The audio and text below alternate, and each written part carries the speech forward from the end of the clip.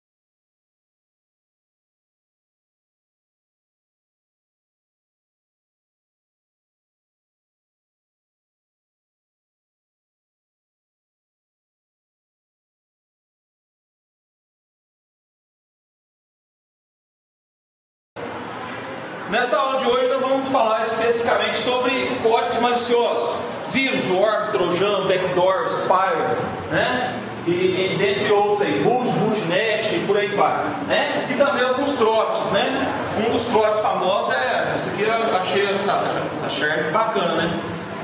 Veja as fotos da festa de ontem, né? Só que é um anzol para o peixe ser fisgado lá.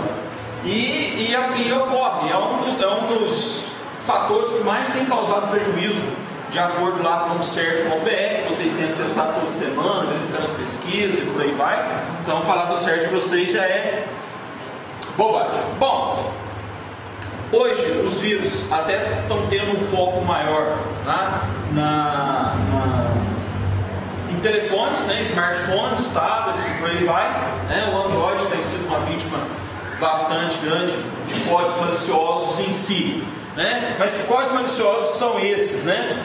Nós temos, depois a gente volta aqui, né? Nós temos vírus, trotes e tudo mais. Só para um pouco de história, em 1978 o Robert Morse lá desenvolveu o primeiro vírus lá, né? O worm lá, o Morse worm, né? Mas entre os mais famosos lá estão o Melissa, o Bubble Boy, o Love Bug, que era o I Love You lá, né? Eles são muitas vezes enviados em correntes, né? São disseminados automaticamente quando se trata de um worm, né? A diferença entre vírus, o vírus ele necessita especificamente ser executado, o worm não, ele consegue se propagar de forma automática. Só para voltar aqui, né? Quais são os problemas que nós temos quando nós somos infectados, né? Exploração de comunidade, né? Auto-execução de mídias removíveis, né? Acesso de página web maliciosas, ação direta ou envio direto por parte de um atacante, execução de arquivos, né? Dos mais diversos. A gente vai ver os tipos de vírus, né? Nós temos vírus de script, vírus de macro, né? Vírus de arquivos mesmo. Então vamos começar a dar uma olhada nesses vírus. Antes disso, né, nós temos uma ponderação importante aqui. Esse aqui, pessoal, é o ciclo de vida do vírus, né? Talvez não esteja claro aí, não dê para vocês verem, né? Mas com o slide na mão vai ser mais tranquilo. Qual é o ciclo de vida do vírus, né? Ele é baseado nessa ideia: a implementação do vírus em si, o lançamento do vírus, a proliferação, a disseminação do vírus, né? Um vírus inteligente, então, a partir do momento que ele atinge o seu alvo, ele não executa o seu código malicioso, né? Ou seja, ele geralmente tem um momento certo de se executar ou de começar a causar danos aí.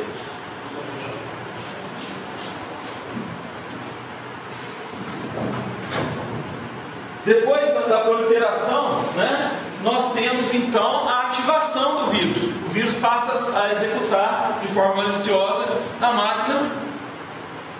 Depois disso vem a detecção por parte das empresas responsáveis, né, por esse tipo de serviço. Nós temos a eliminação do vírus e muitas das vezes no vírus nós temos uma modificação. O vírus renasce de alguma forma, né? Ou seja, ele passa a explorar outro tipo de vulnerabilidade no sistema, né? E tem um renascimento.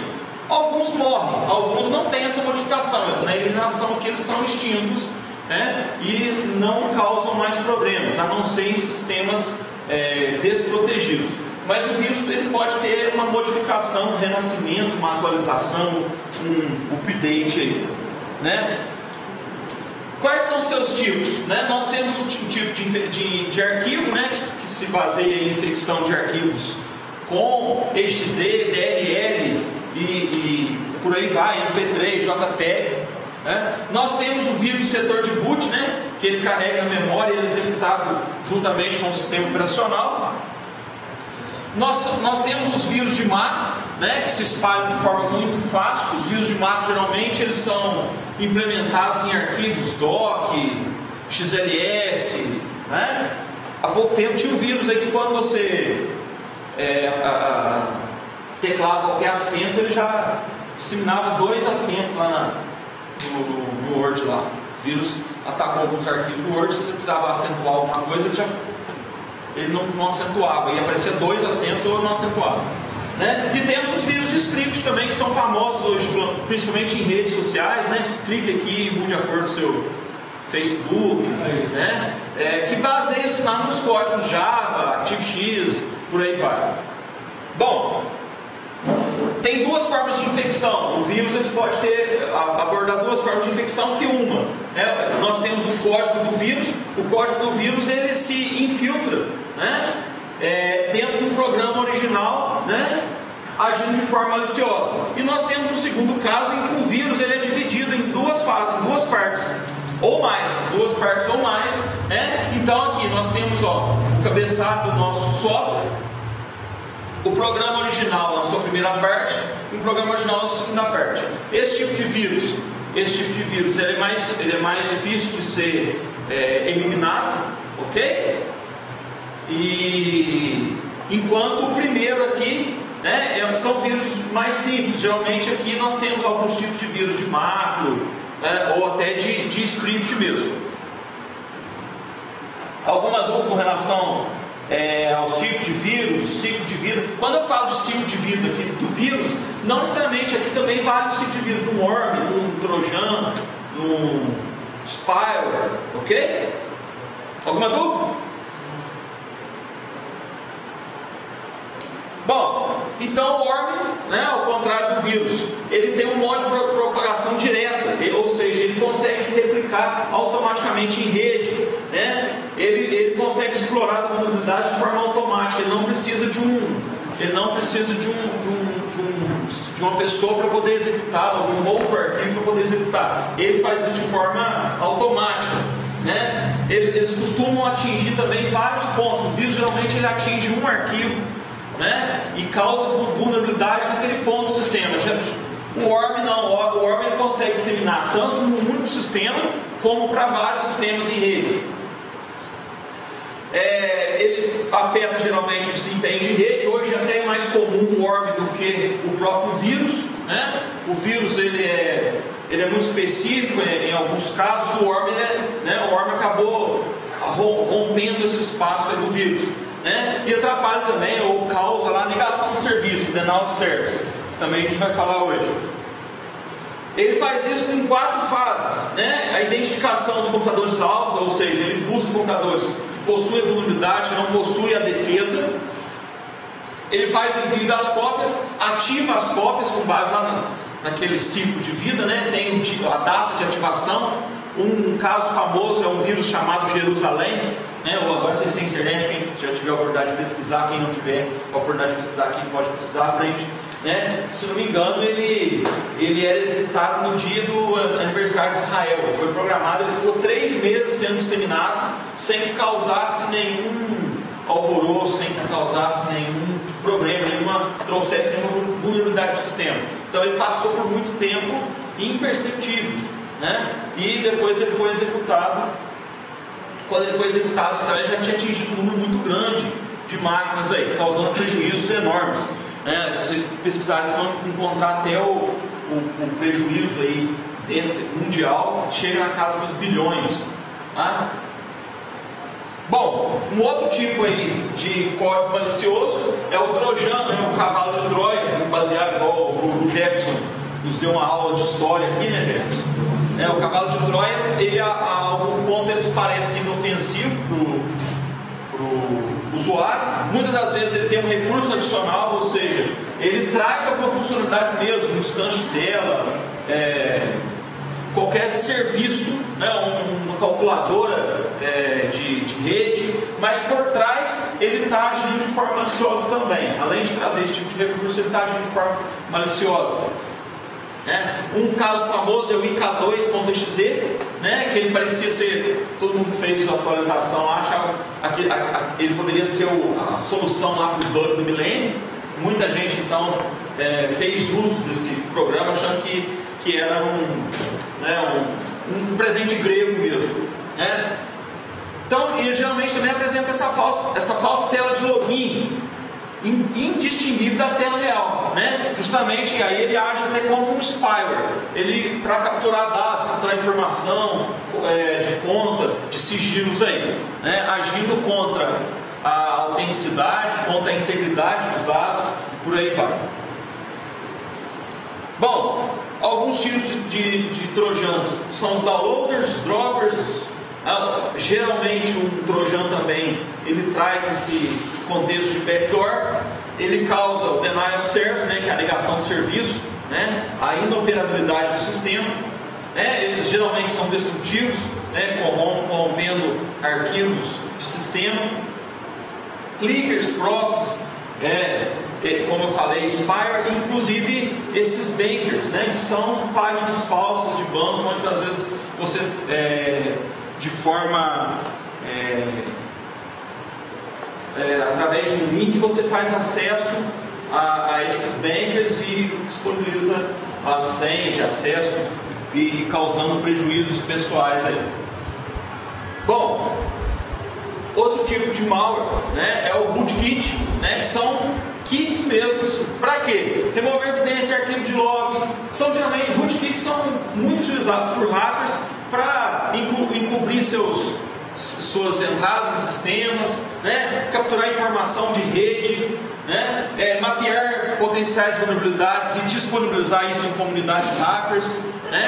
Então os rootkits são na verdade um conjunto de ferramentas utilizadas, né, por atacantes para poder acessar, roubar informação, né, disponibilizar vulnerabilidade de sistemas, por aí vai. Bom, alguma dúvida aqui? Depois nós vamos para os backdoors, né? São softwares que são instalados e permitem a volta de um invasor, né? Ou seja, são portas, o que a gente chama de porta dos fundos. A gente cria uma vulnerabilidade dentro do sistema, muitas vezes imperceptível, né? Que permite que o usuário volte para o sistema de forma mais fácil, né? Então o backdoor, ele usa a ação de outros códigos maliciosos, ele usa a vulnerabilidade de outros códigos maliciosos e é usado para poder fazer esse acesso futuro, essa volta ao sistema de forma, ou seja, um atalho para mim conseguir acessar novamente o sistema, ou mesmo um atalho para mim poder encobrir os rastros. Como isso? Né? Um atacante, um hacker, acessa determinado tipo de sistema, né? E para encobrir a própria ou para atrapalhar o processo de auditoria, ele cria uma backdoor naquele sistema e disponibiliza essa backdoor para uma comunidade. Aí vem alguns script kits, né, e fazem acesso a essas portas, né, encobrindo talvez os seus próprios rastros lá. Então aí nesse caso ele fica livre de fazer todo aquele acesso, né? A gente viu lá na nota de aula 1, né, como que é feito um acesso. O acesso a gente tem primeiro um acesso preliminar, depois a gente consegue o acesso através de uma conta root e por aí vai. Nesse caso, com o uso da backdoor, isso fica desnecessário, né? A gente consegue acessar diretamente. Bom, depois nós temos os boots, né, que eles permitem que o sistema seja controlado remotamente, né? Inclusive os boots eles podem ser até usados na parte de gerência de rede, né, de monitoração de rede, né? Então a gente consegue controlar o sistema de forma remota, né? Geralmente eles utilizam de canais de comunicação instantânea, servidores web, redes peer-to-peer, esse tipo de serviço, comunicadores em geral. E o que ele faz? Eles deixam a máquina vítima se transformar num zumbi, né? É o zumbi computer, né? Como chama? Nesse tipo de processo, né, nós também temos o que a gente chama de bootnet, onde a gente consegue infectar não só uma máquina, mas diversas máquinas e fazer com que essas máquinas ajam no formato que eu quero. Então, a partir de um bootnet, ou seja, uma máquina controlando diversas máquinas remotamente, eu posso conseguir um ataque DDoS, né? Distributed Denial of Service.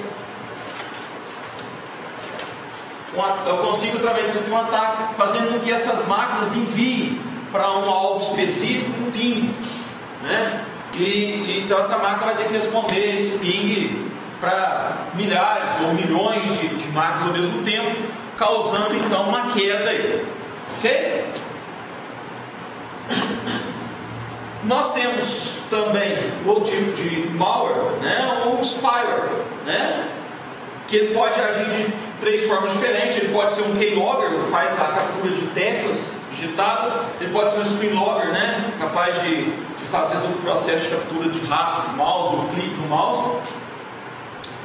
E o adware, né? Que é muito visto hoje nos browsers. Aí nós temos o Delta, né? O HAL, né? Isso é um tipo de spyware, né? Que vai fazer o quê? Vai monitorar seus cookies, vai começar a enviar propagandas destinadas aos seus gostos, preferências, por aí vai.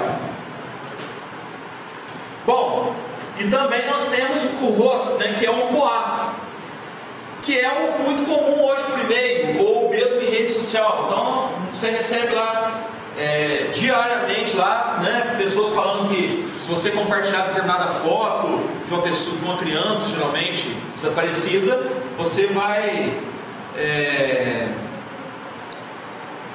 estar ajudando lá a encontrar essa criança, ou mesmo que o Facebook vai doar para cada foto compartilhada não sei quantos centavos lá, né, onde você começa a compartilhar esse tipo de informação. Acontece também muito por e-mail, né? Uma das medidas, e aí eu já quis colocar as medidas contra o lápis aqui, porque ela é um pouco diferente das medidas que a gente vai ver com relação aos vírus, aos malwares em si, né? Haver um local central para o pessoal encaminhar esses e-mails, né? O hoax ele pode ser uma forma de ataque por engenharia social, né? Ou seja, você envia uma informação que o seu sistema precisa ser atualizado, né? Agora tem um vírus comum aí falando que você precisa atualizar o Java, né? Só que você abre um browser qualquer lá, você fala que você tem que atualizar o Java. Na verdade você vai estar aplicando lá um vírus no seu computador, você mesmo vai estar, né, infectando sua máquina. Ela usa do boato, né, que você precisa atualizar o sistema para melhor funcionamento, mas no final ela tem aí um código malicioso agindo atrás, né?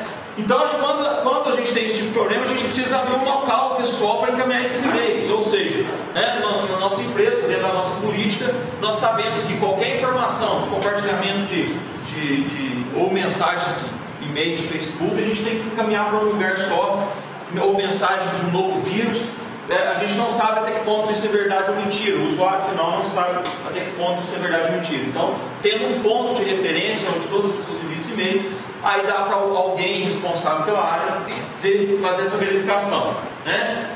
E um ponto de acesso fácil para as pessoas também se informar sobre se há realmente esse tipo de vírus, né? Contra todos esses tipos de códigos maliciosos aí, nós temos as tecnologias de antivírus, anti-malware, anti-spyware, por aí vai, né? Que a gente aqui, daqui para frente, vai chamar só de tecnologias antivírus, né? O próprio antivírus, ele pode ser um problema sério. Por quê? Porque vocês fizeram o exercício lá do registro, né? Vocês tentaram alguns arquivos lá, os arquivos não foram executados, correto? Correto? Quem fez esse exercício?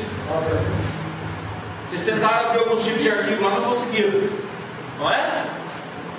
Ótimo, por quê? Porque aqueles arquivos estavam em uso pelo sistema, né? Então somente o sistema tem direito de acesso àqueles arquivos naquele momento.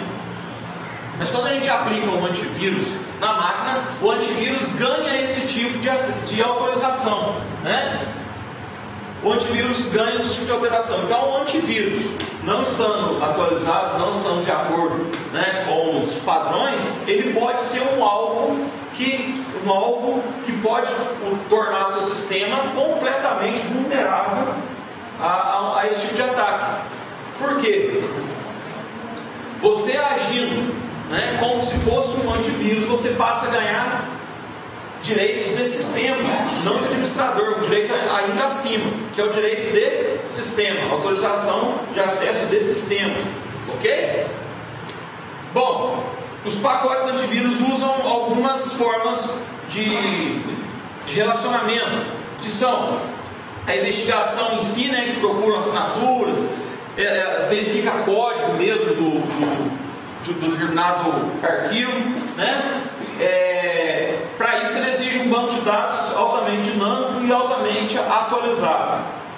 Nós temos de monitoração de atividades, que vai verificar atividades e criar um tipo estatístico de verificação, né? Onde alguns tipos de atividades podem ser bloqueadas caso sejam entendidas como maliciosas.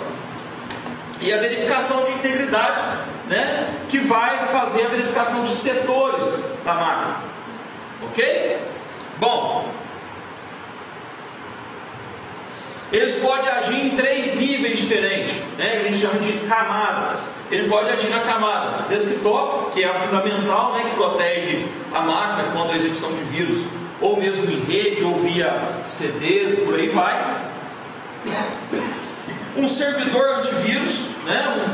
Onde ele vai verificar todo o tráfego da rede interna, né? E fazer uma verificação em momentos oportunos, né? E o gateway, né? Que é onde o ponto de saída e entrada da rede, né? A verificação de tudo que se passa entre a sua rede externa e a sua rede interna, todo o tráfego ali. Então a gente deve possuir os antivírus nessas 3 diferentes camadas aqui, para a gente ter um nível maior de segurança. Para todo esse tipo de recomendação, nós temos algumas práticas, né? O uso de software antivírus confiável, isso a gente está falando diretamente para o usuário final lá. Inspeção de todos os anexos e meio de perto, antes do download ou execução. Verificação, não só a verificação, mas a conscientização do que deve, do que pode ser executado. Mídias externas, pendrive, sketch não, né, mas o CD, HDs externos aí, devem ser monitorados. O computador deve estar já configurado para que você consiga ver a extensão de determinado arquivo, né? A gente tem que configurar nossas máquinas para esse tipo de situação. A gente discutiu aqui naquele fórum sobre pirataria, né? O uso de softwares piratas pode ser um problema, né? A gente discutiu bastante sobre isso. E política de senha em si para a nossa rede, né?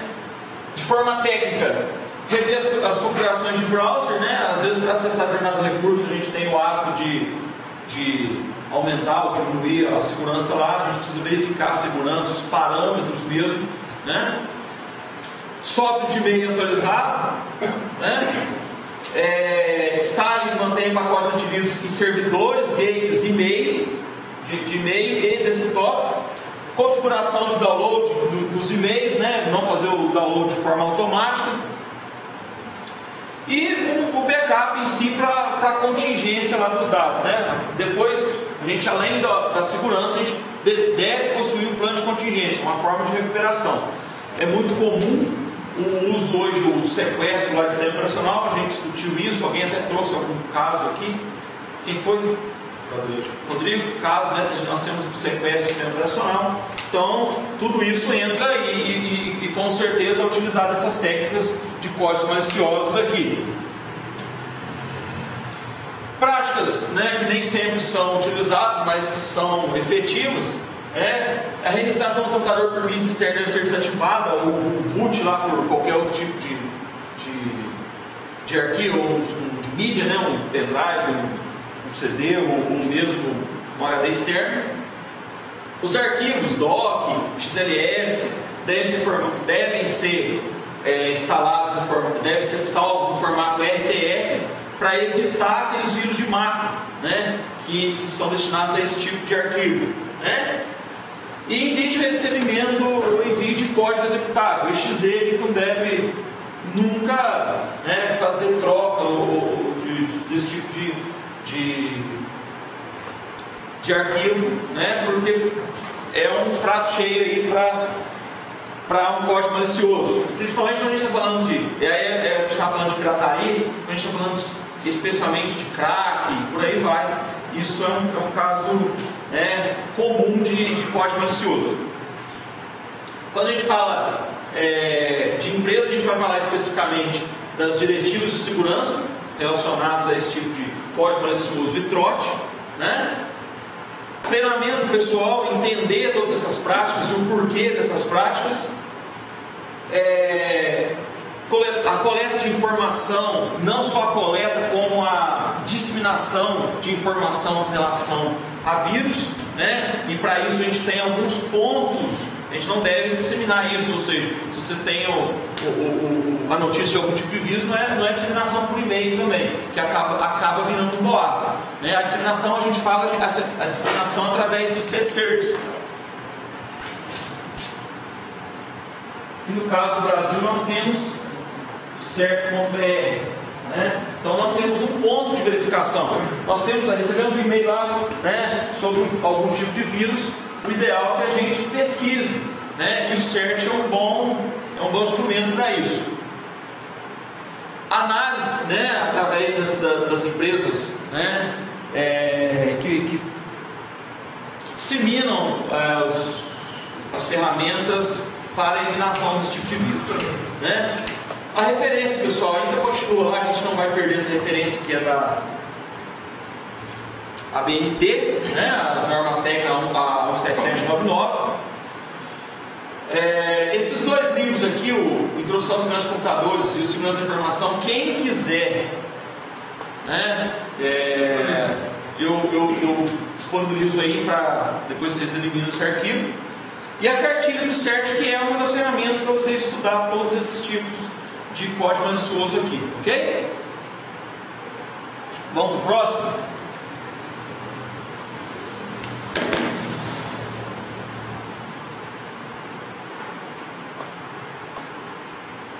Alguma dúvida aí? Não, né? Não? Vamos lá. Rodrigo. Bom, dentro dos tipos a gente especificamente falando de ataque, né, a gente vai estar falando, né, de um tipo específico que é o hacker, né? Geralmente o hacker tem uma terminologia própria, né? Ou seja, o uso a forma de escrita deles acaba sendo já uma linguagem própria. E os hackers têm alguns tipos, né? Nós temos lá o White Hat, a gente já comentou até sobre eles, são os mocinhos, são os profissionais de segurança da informação, os CIOs lá em segurança da informação.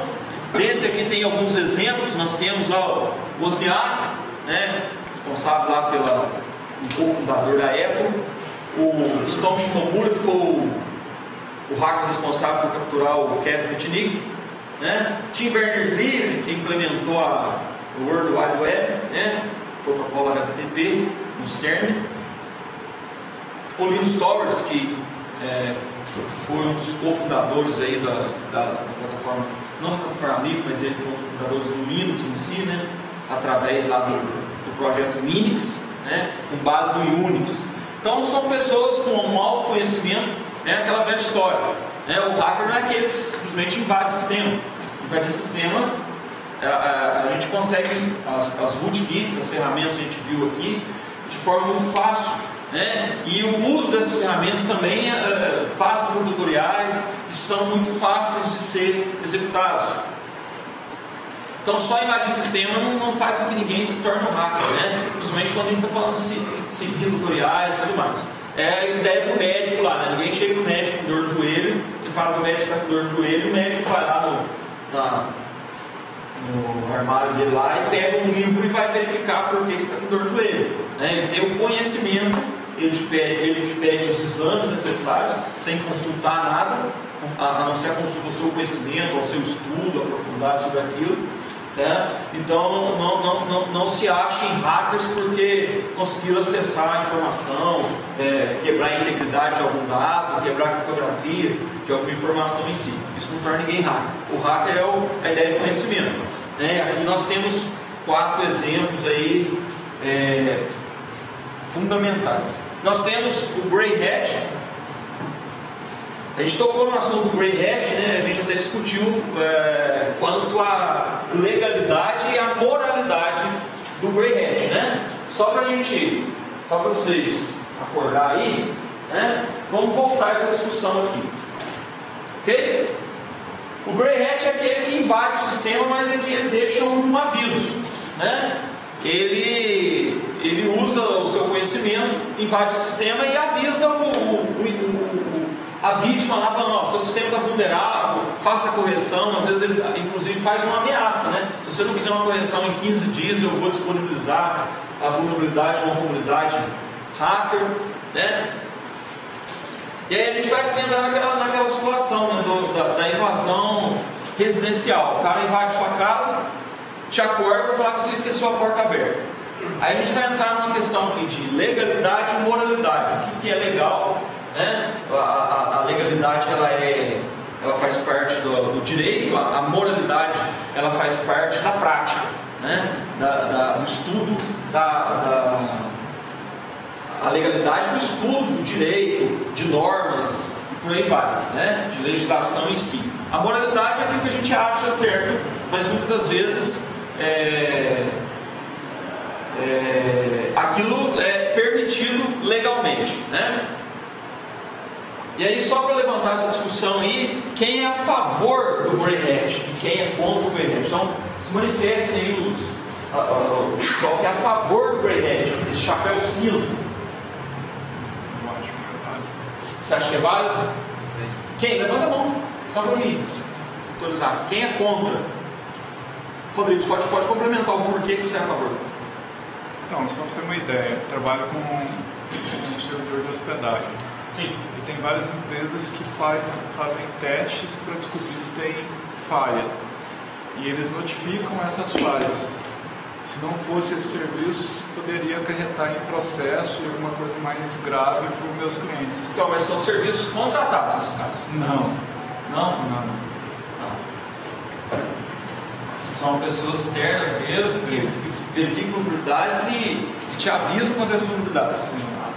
Porque nós temos também até o prólogo lá do livro do Mitnick, que vocês fizeram o trabalho, ele conta esse tipo de acesso, né? Ele faz um acesso físico, mas na verdade ele foi contratado, o que ele chama lá de pen test.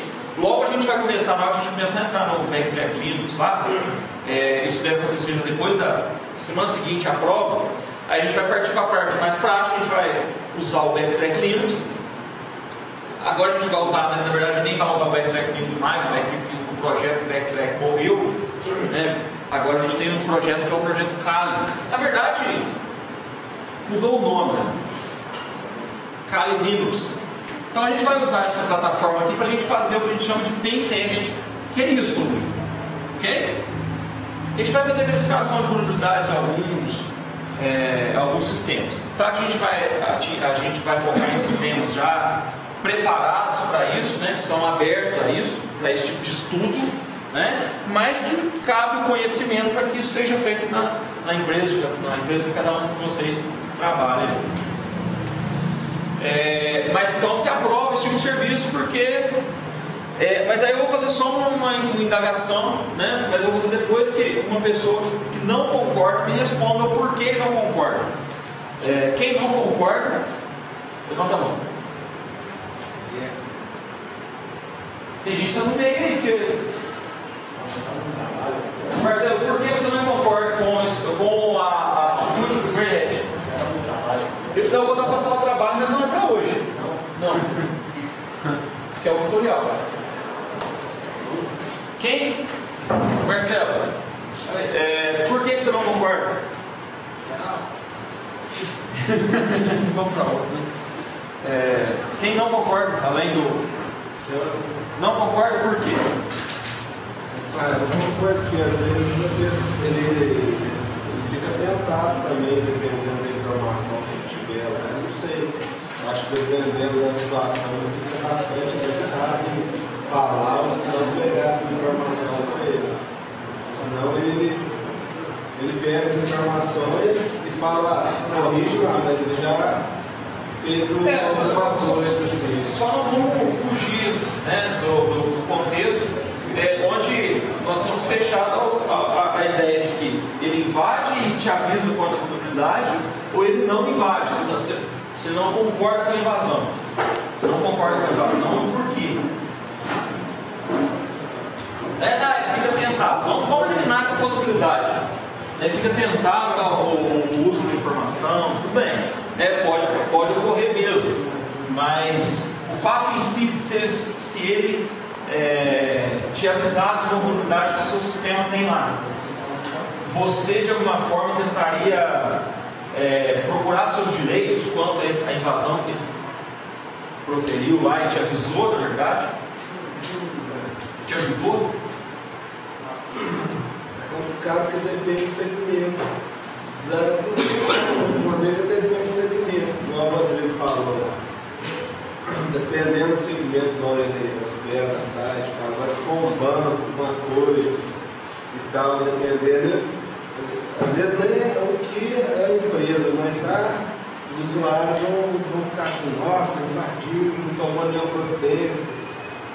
É complicado. Mas talvez isso daria uma segurança a mais. Você não acha que isso talvez daria uma segurança a mais para o próprio cliente que soube que o seu banco foi invadido, mas que nada foi feito, mas que a medida foi pelo menos anunciada. E se for anunciada, o banco vai com certeza erradicar essa vulnerabilidade, ou minimizar essa velocidade. Um exemplo que às vezes a gente vê na internet, que tem um escândalo tremendo, o cara acha o problema lá, a vulnerabilidade lá, e o cara é processado e tal.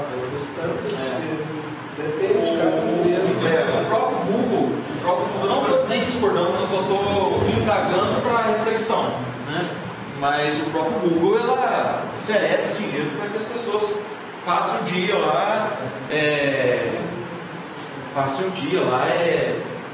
explorando as vulnerabilidades do Google. E uma vulnerabilidade descoberta e anunciada ao Google rende $1 milhão para o Grey Hat lá, específico. Né? Então talvez seja uma medida. Não estou discordando, nem concordando, nem com a sua ideia, nem com a do Rodrigo. É um caso a se pensar. Né? Porque nós temos, aí voltando no Rodrigo, nós temos uma condição básica aqui, ó, que se chama cidade. Concorda? De certa forma, lá os Estados Unidos faz todo o monitoramento, faziam um certo monitoramento nas redes mundiais, né, em busca de algo, né, que a gente está estudando, que é a segurança. Concorda? Então, quanto mais monitoramento eles fizerem, mais seguros eles estão. Ou talvez até nós estamos. Né? Vamos transbordar essa ideia aqui. Talvez até nós estamos mais seguros nessa condição. Ok? Mas aí sofremos com isso aqui. Se um Grey Hat invade, né, seu computador pessoal, ele pode às vezes te avisar que o seu computador está vulnerável, né? Talvez te dá até a solução, mas você de certa forma foi invadido, né? Ele teve acesso a documentos, fotos, né? Então por isso é um caso a ser discutido, um caso a ser pensado e cabe sim aí a cada tipo de empresa, né? Eu também sou favorável, não sou desfavorável a esse tipo de invasão. Ok? Alguém quer ponderar mais alguma coisa aqui? Em cima disso?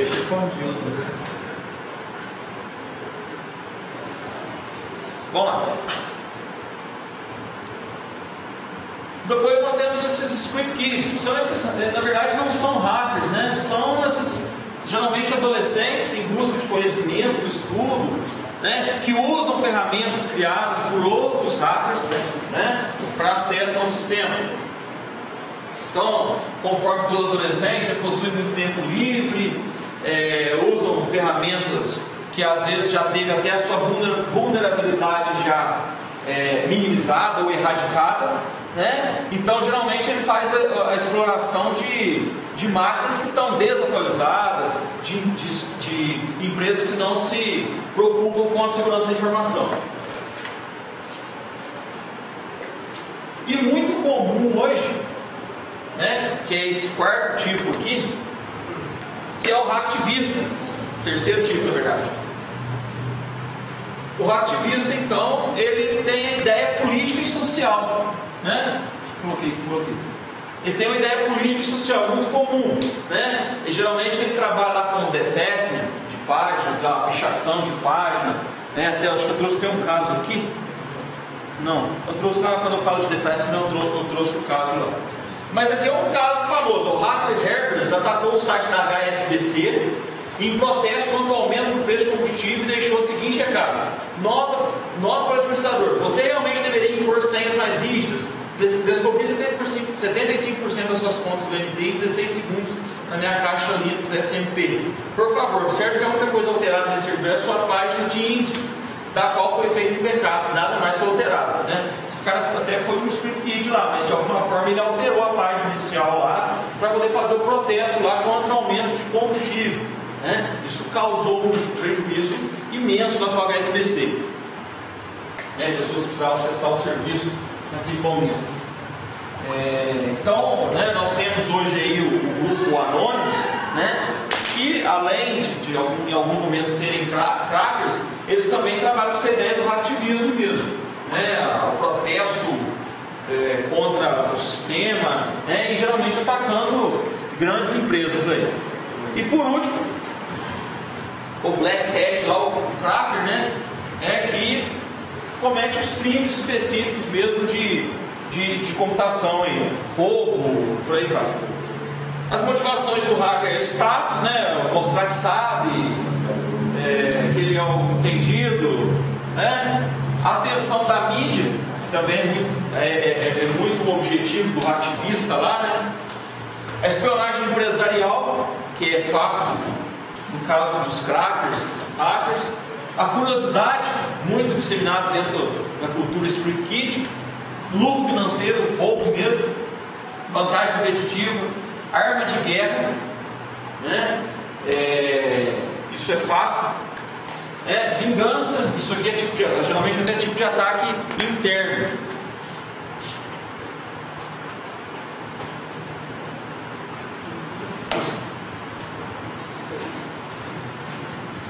O método de ataque, primeiro passo, né? Primeiro passo, na verdade, é a ideia da engenharia social mesmo. É você fazer a coleta da informação, número de telefone, as pessoas que trabalham em determinado setor, né? A busca de informações quanto à rede, o sistema operacional utilizado, a topologia da rede em si, né? A prática e política de segurança, né? Para se buscar brechas, né? Isso aqui tudo baseado em engenharia social, nomes de usuários, senhas, ok? E outros tipos de ataque, né? Aí eu até deixo aqui uma leitura sugerida, então se vocês não precisam preocupar, para quem quer saber mais sobre a engenharia social, né? Que é a arte de enganar, lá do Kevin Mitnick, o livro que ele, se não me engano, até ele escreveu na cadeia esse livro, a Arte de Enganar. Depois ele também criou a Arte de Invadir, a Arte de Enganar. Ele trata especificamente de ataques de engenharia social, né, como abordar um determinado ataque. Depois ele escreveu a Arte de Invadir, né, que é um livro um pouco mais técnico. Também trabalha com engenharia social, mas é um pouco mais técnico. E por último, lá, né, temos o Fantasma do Sistema, que é um livro, na verdade, uma biografia.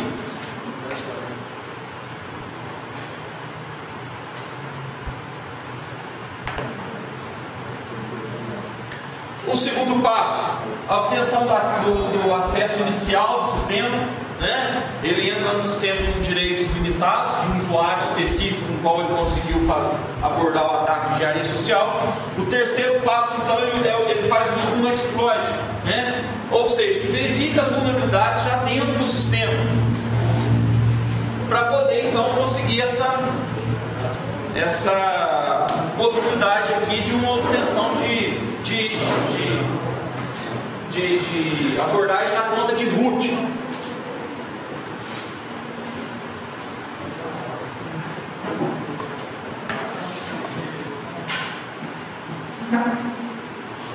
Bom, e por último o quarto passo, por último não, né? No caso do wipe hat é o último passo, né? Que é, ele identifica as vulnerabilidades do sistema. Isso aqui a gente vai trabalhar então, a gente vai trabalhar até aqui, né? Então a gente vai trabalhando com o Kali e Linux, a gente vai trabalhar até aqui, que é a exploração mesmo de vulnerabilidades, né? A busca por soluções, qual deve ser a solução aplicada para determinada vulnerabilidade, o teste da solução implementada, né? A verificação se aquela vulnerabilidade corrigida não causou outras vulnerabilidades, né? Já o Cracker ele faz cópia, alteração de arquivo, a exclusão de arquivo e por aí vai, né? E a propagação dos malwares lá que a gente viu no início da aula aí, né? Antivírus, worms e principalmente backdoors para conseguir um acesso futuro no sistema ou disseminar a vulnerabilidade numa comunidade aí.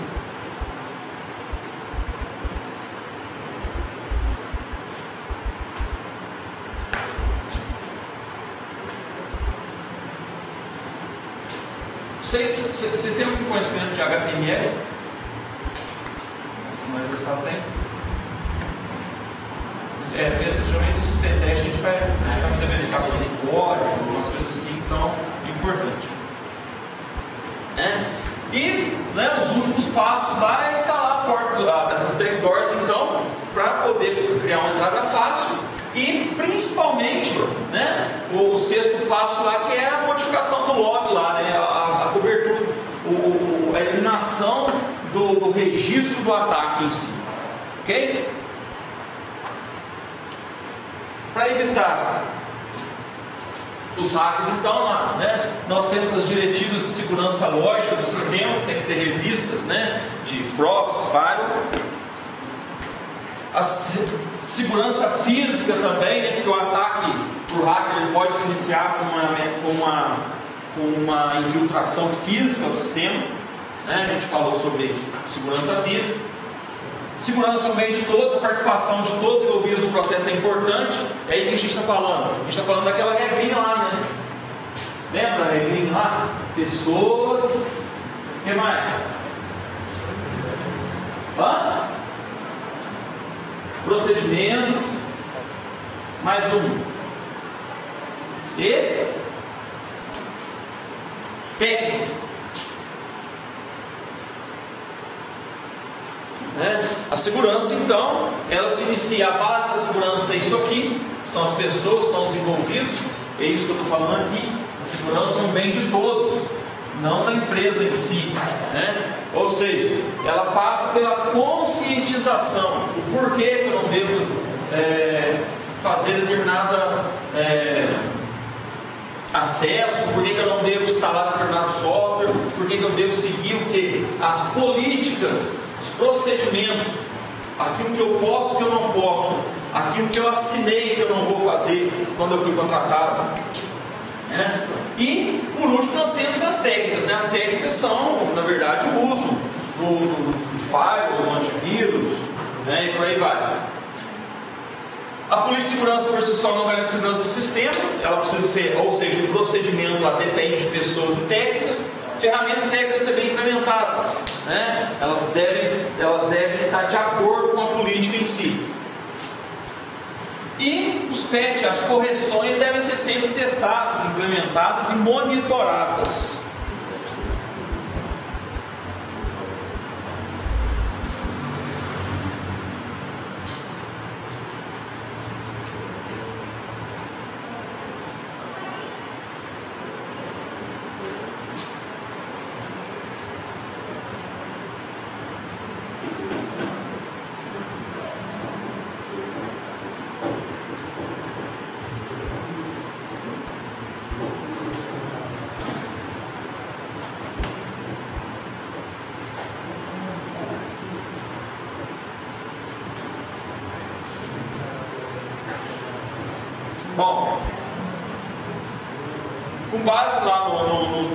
dos hackers, né, nós temos alguns dos tipos de ataque, ou seja, os mais comuns, o DFS, o Denial of Service,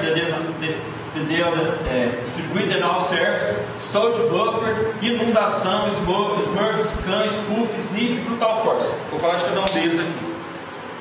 Agora.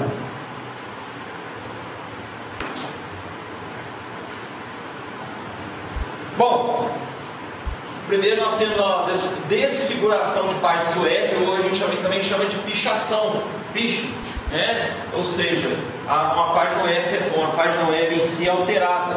Nós temos um caso recente lá os hackers invadiram o site da Coreia do Norte e caçoaram lá do ditador, lá, o Kim Jong-un, né? Isso aqui é o que eles colocaram lá nas páginas lá da Coreia do Norte lá, né? Aí depois, quem quiser ler mais uma notícia aqui, eu tenho um link lá.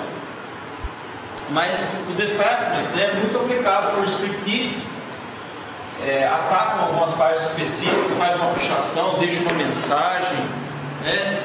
Está sendo muito comum agora até no Brasil o ataque até a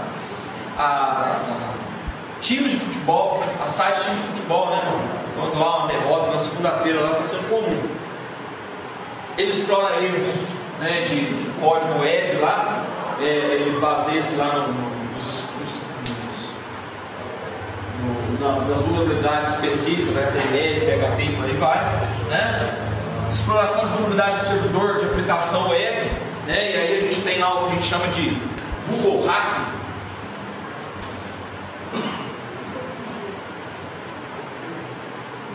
Que inclusive, nós fizeram o tutorial 1, agora vamos fazer o 2 e o 3, o 4 a gente vai trabalhar com isso aqui, com o Google Hacking, né? Através lá de SQL Inject, a gente vai conseguir explorar algumas informações, explorar algumas vulnerabilidades desses sistemas aí. Né? Aqui eu já havia mencionado, né, a exploração de vulnerabilidades de linguagens específicas web, invasão de servidores web, né, hospedada em sites sem comprometimento, hospedada em lugares, né, sem comprometimento de segurança, e o furto de senhas é muito comum.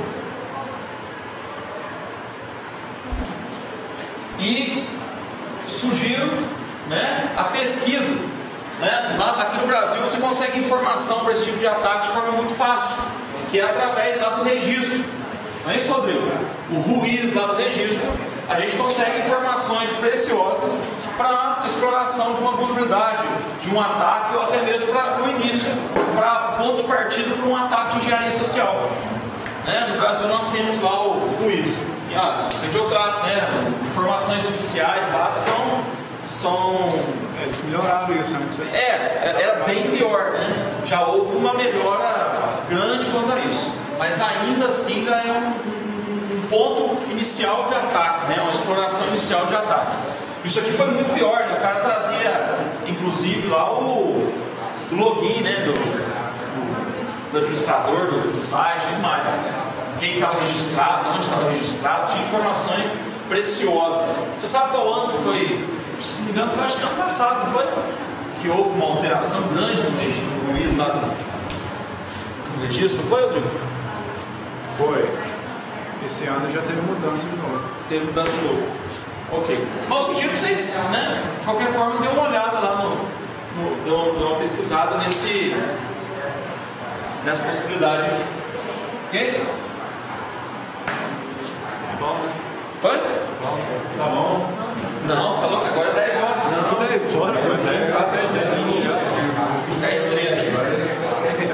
Bom, pessoal, como o tutorial 3 aí, eu vou mostrar o tutorial para vocês então, só que eu vou falar primeiro de Denial of Service aqui, e depois eu vou mostrar o tutorial para vocês que vocês vão ter que fazer. Rapidinho. O Denial of Service é o ataque por negação de serviço. E quem negar o serviço? A gente pode fazer isso de forma física também. Lá puxar o cabo lá de rede do servidor, né? Você tem aquele serviço inoperante. Mas também temos um ataque por meio de lógico também, né? No qual até vocês vão fazer fazer no tutorial aí, né? Vocês vão criar um script e criar um ataque por denial of service. Nós temos também o distribuído denial of service. A gente falou lá, né, das máquinas, os boots, né?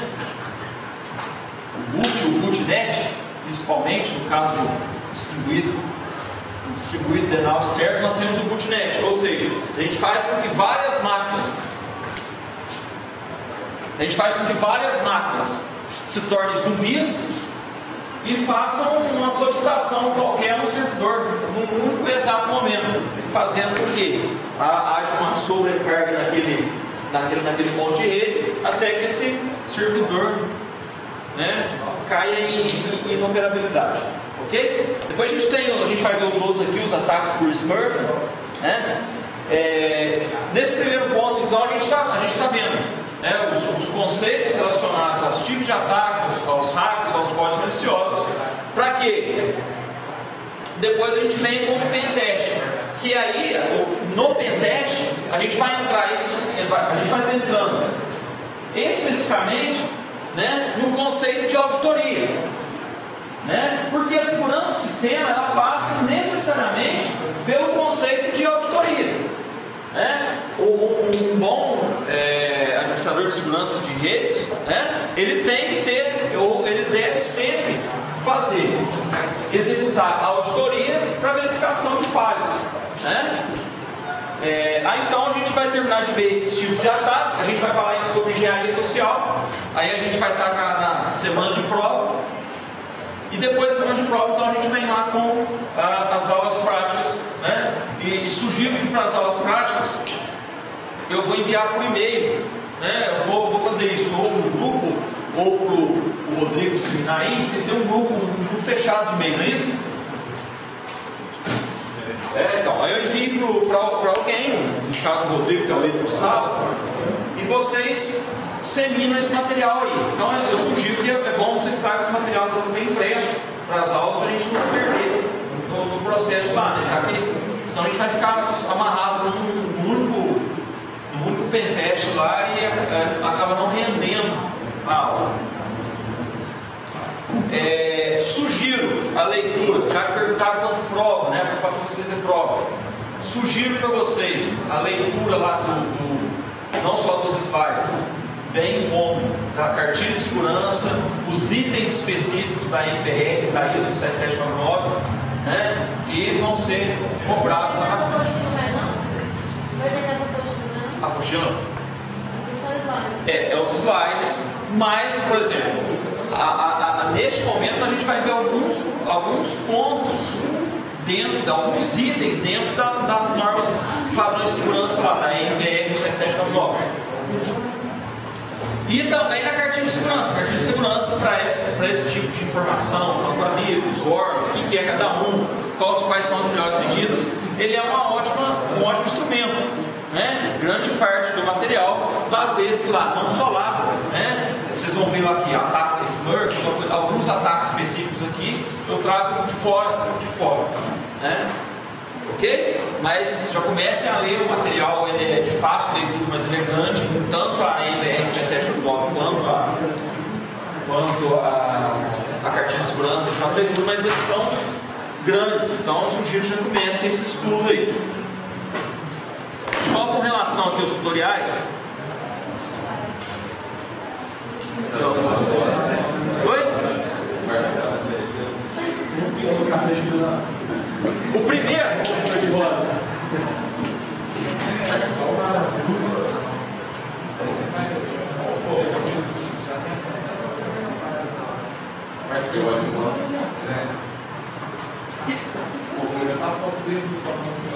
O primeiro a gente vai trabalhar basicamente com a mesma ideia lá do segundo, na verdade, vamos trabalhar com a mesma ideia do primeiro, só que esse aqui em Linux. Ok? Nós vamos lá fazer algumas modificações dentro do shell lá, né?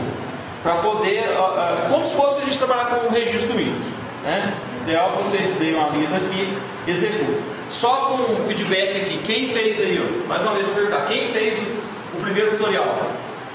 Quem fez o primeiro tutorial? tutorial? Está tranquilo? Tem alguma dificuldade? Você leu? Não está simples não. Não é um exercício fácil não. Fácil não, porque a ideia não é essa. Mas o tutorial, eu digo que o tutorial apresenta todas as informações necessárias.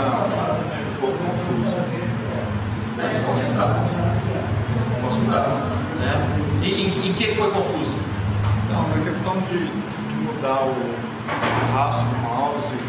Sim, aí eu deixo isso para você fazer a pesquisa, né? Isso não é confuso mesmo, isso aí é para você explorar o registro, né? Ou seja, se eu fosse passar os passos lá, não tinha o menor interesse. Então, assim, primeiro eu ensino um passo e depois eu peço que você pesquise quanto à execução do outro passo. Muita coisa tipo, que está passando lá que nas mudanças de Windows mudou tudo, então já tem coisa que não funciona mais. Você executou no cérebro? Depois eu tento ter passado nele lá. Bom, mas qualquer dúvida também pode me perguntar por ele. E depois nós temos o terceiro tutorial, que é o DOS, né? O Denial of Service, né? Que vai ser a implementação desse script aqui.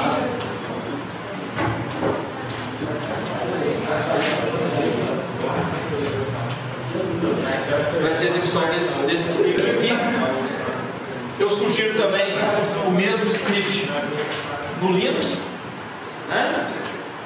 E depois eu quero só o resultado dos testes, né? Ou qualquer dúvida, ou a